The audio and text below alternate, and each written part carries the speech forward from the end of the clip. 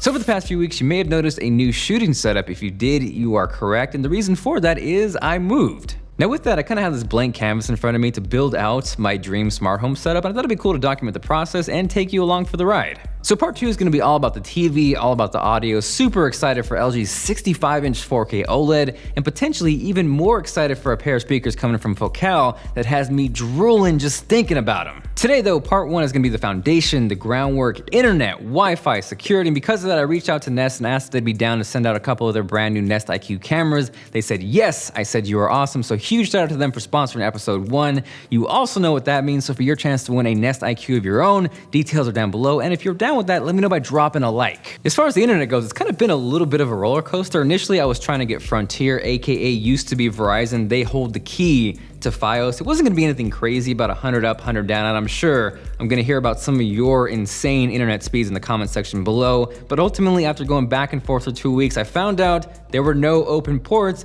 and I would essentially have to go on a waiting list, and who knows how long that would have taken. So ultimately, what I ended up doing was going with Spectrum, who weren't quite as tasty on the upload speeds. We're looking at 100 down and 10 up, which does make me slightly sad just thinking of that 100 up within arm's reach. But ultimately, after feeling like a caveman for 2 weeks without internet, I am just happy to be connected.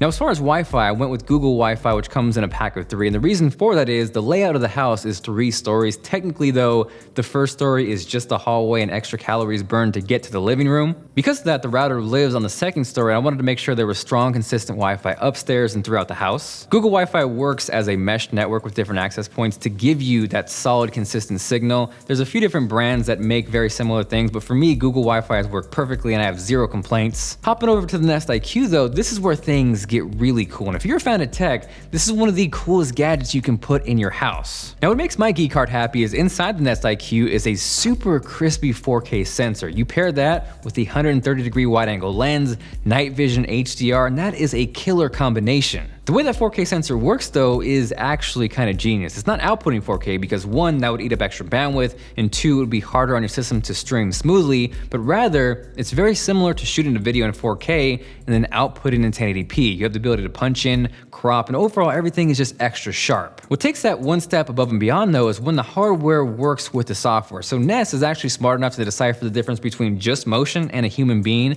and when it spots a human, it will actually lock onto them, crop in, and follow the movement, which is crazy. What's cool though is because it's software based, if you're looking back at old footage and it's locked in and following that person, you still have the ability to zoom out and see the entire field of view. Now full disclosure, as you know, Nest was awesome enough to sponsor my home setup, but no joke, because they work so well, I got a couple more for the office. In addition to the security, they have also become the ultimate behind the scenes camera. Now speaking of software, one of the craziest features on Nest IQ is face recognition, and it works really good. So the way it works is when Nest IQ sees a face it doesn't recognize, it instantly sends you a notification saying, hey, there's an unfamiliar face in your spot. From there, you can kind of then create a database of whose face is who, and then from now on, it will let you know when that person enters the room. I do wish there was an ability to turn off familiar faces and then only receive notifications for unfamiliar faces. I did reach out to Nest and they are working that potentially in the future, so that is good news, but either way, it works lightning fast. To demo that, over here in the office, I added my face, I added Rich's face. I am gonna call Ralphie to come over,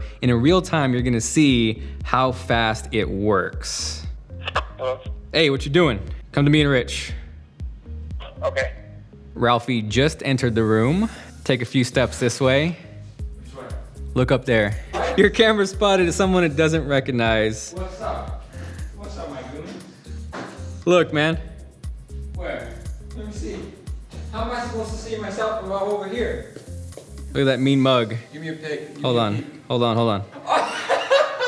That's really good, man. Yeah. I got you. Move it. That's a clean face right there, man. Do you know this person? Do you? Yes. Yes. I see a little boy.